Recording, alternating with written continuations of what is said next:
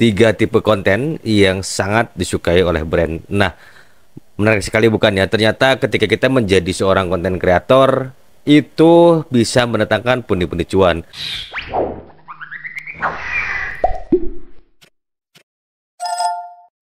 Welcome back again with Kang Adi, teman-teman semua ya.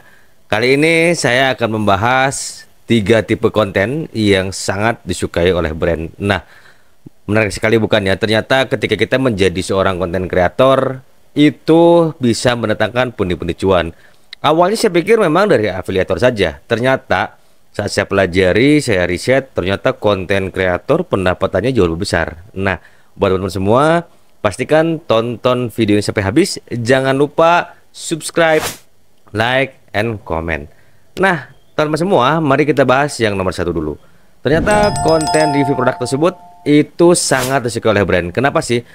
Dengan kita memberikan sebuah review, baik review jujur ataupun memang kita mengevaluasi produk tersebut, brand bisa menambah exposure atau mengangkat citranya di mata para audiens atau para customer yang akan membeli produk tersebut. Nah, namun dalam hal ini yang menjadi masalah adalah ketika kita memang budaya timurnya ketika dikasih produk kita agak susah ya, jujur ya teman-teman semua ya. Tetapi menurut saya sih alangkah lebih baik kita berikan review yang jujur sebaik mungkin. Ketika memang ada minus dari produk tersebut, usahakan kita mengemasnya dengan baik supaya apa? Satu, brand tidak tersinggung. Yang kedua juga bisa memberikan masukan kepada brand tersebut supaya memperbaiki kembali kualitas dari produknya. Dan how to ini lebih banyak digunakan biasanya oleh konten kreator yang berhubungan dengan elektronik. Mungkin bagi saya sendiri adalah kreator yang berusaha untuk memfokuskan diri kepada elektronik. Nah, seringkali saya pun belum mengerti bagaimana caranya membuat konten how to. Ternyata konten how to itu kita memberikan tutorial bagaimana cara menggunakan sebuah produk. Contohnya misalnya saya sedang menggunakan sound card dari Mixio atau sound card F999. Nah, saya akan buat konten dengan memberikan tutorial bagaimana cara pemasangan mulai dari awal ketika kita mau mengkoneksikan dengan mikrofon, kemudian kita mau mengkoneksikan dengan handphone atau dengan laptop, kemudian kita juga coba menggunakan fitur-fitur tersebut dengan seksama dan kemudian kita memberikan review sedikit keunggulan-keunggulan dari fitur-fitur yang ada di software tersebut. Nah, bagi brand untuk review how to ini akan mendapatkan sebuah exposure berupa analisa dari target pasar. Apakah target pasar itu suka dengan produk yang mereka miliki, terlalu ribet atau enggak? Nah, biasanya konten seperti ini memang lebih cenderung pada penggunaan sebuah produk ya teman semua ya. Jadi intinya kalau kita misalnya mau beli produk, biasanya kita kan harus lihat dulu nih penggunaannya ribet apa enggak, kemudian mudah apa enggak. Karena ada dua tipe konsumen ya, yaitu konsumen aktif dan konsumen yang pasif.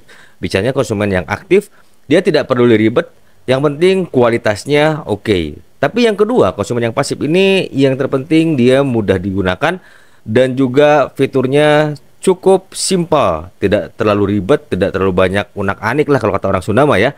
Jadi mereka lebih condong untuk membeli produk tersebut. Nah, di sini nanti brand akan menganalisa nih masuknya ke konsumen yang mana. Yang ketiga adalah konten tipe unboxing. Nah, konten tipe unboxing ini banyak sekali ya teman-teman ya digunakan ketika kita akan berjualan produk. Namun ternyata di samping itu sebuah brand juga ternyata punya target tertentu ya. Nah, ketika kita membuat sebuah konten unboxing, biasanya itu akan mendatangkan sebuah pengalaman bagi kita.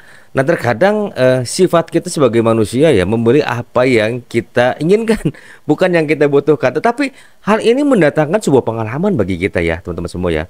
Nah, dari ketiga jenis konten tersebut itu konten yang paling sering dilirik oleh brand dan mereka biasanya akan membantu kita mempromosikan konten-konten kita. Bahkan tidak sedikit brand-brand yang mengajak kerjasama dengan cara barter produk, atau mungkin ketika kita follower sudah banyak, brand-brand seringkali mengajak kita untuk kerjasama dengan mereka menyesuaikan dengan red card yang sudah kita buat. Nah, buat teman-teman semua, kira-kira lebih cocok yang mana nih, atau lebih suka yang mana nih? Nah, tentunya dari ketiga konten ini pastikan kalian pun harus mengetahui produk tersebut secara mendalam.